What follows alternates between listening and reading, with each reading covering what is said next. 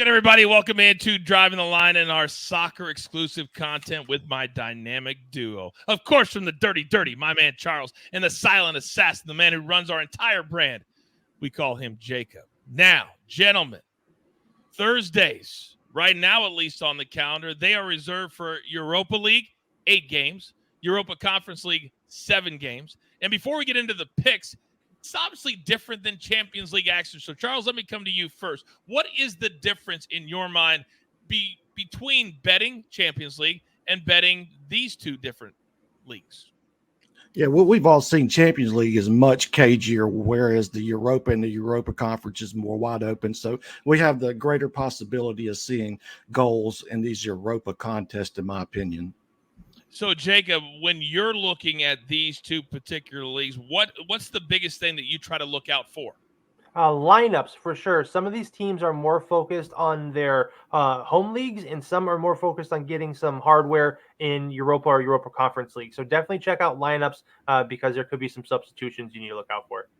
Now, if you're watching this for the very first time and you don't know these two cats, I tell you what, their egos are absolutely blowing up right now because they have been on fire. Everybody in the Driving the Line universe absolutely loves them. And when you two are on the same game, I don't even have to hear it, but I want to. So let's throw up that recap screen, and let's start, Charles, with you. AS Roma, Feyenoord, talk to me. Yes, the second leg of this Europa League encounter returns to Rome after a 1-1 scoreline last week. Roma has been injected with new life after manager Daniele De Rossi took over earlier this year.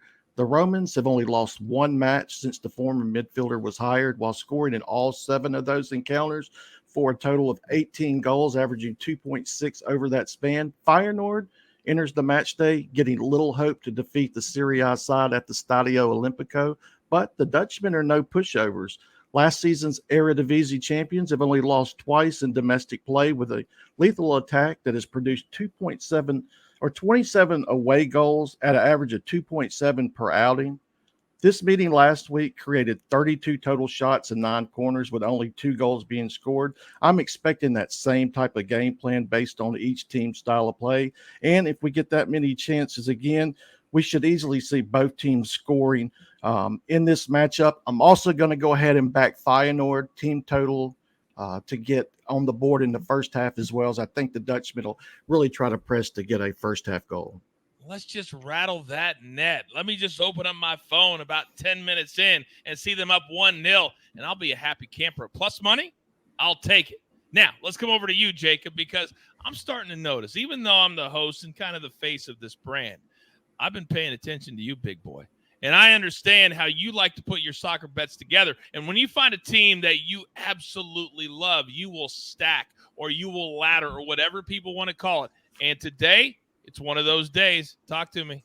Yeah, Coach, I think you call that synergy. But I love AS Roma here to dominate Feyenoord. Daniele De Rossi really has put a battery in the back of this team. I think they make a statement here to really score a bunch of goals. I like them to win the game. I like their team total over 1.5, and I like them to score in both halves. I really think they have a good shot of winning the whole thing here. So ride with Roma today. So to be clear, you're going to see a bet at your sportsbook that says halftime, full time. That is not this bet. All they have to do is score in the first half and score in the second half, and you cash. 2 different things. Be very careful. That's why you have my guys. Now, Charles, let me come back over to you because one of my favorite leagues is the Bundesliga. Usually one game on Friday, then a full slate over the weekend. Freiburg, they've been kind of what I like to call sitting in the gray area for a long time. You don't really talk about them a lot, but we're talking about them today because they're taking on another team called Linz. And I don't care who wins, and apparently neither do you. Yeah, this second leg is also tied after the first match, even though neither side were able to score in the first leg. Freiburg, they come into this match in shaky form.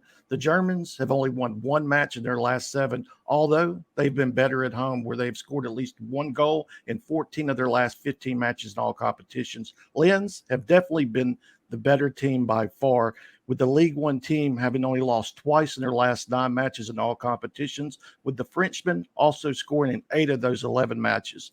The first leg encounter had a ton of chances. We saw 29 total shots and 11 corners. I just see both teams finally breaking through this go around. So I'm definitely going to go ahead and back both teams to scores. I can see a 1-1 at worst, and we go to extra time.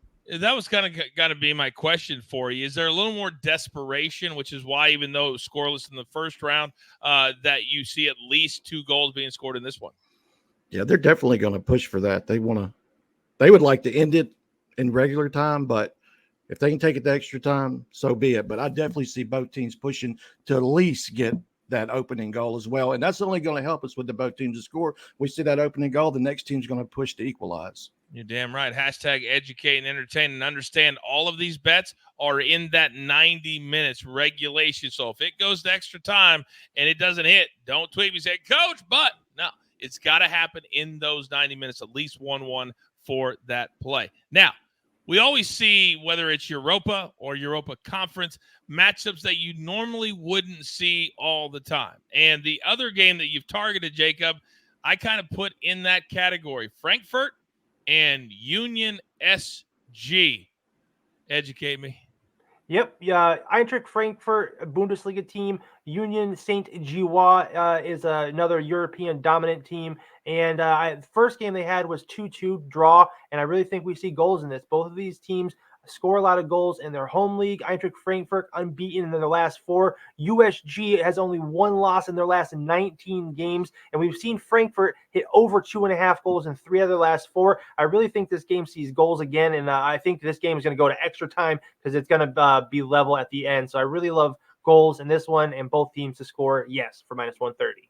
I really like this board today. You can see my boys, the dynamic duo, on our weekday show at 10 a.m. Eastern time, and also the bonus content like right here whenever there's Champions League, Europa League, or your Europa Conference League, because we grind, and we grind more than anybody else. For the silent assassin, Jacob, for the man from the dirty, dirty Charles, I am simply the coach. We'll see all of you,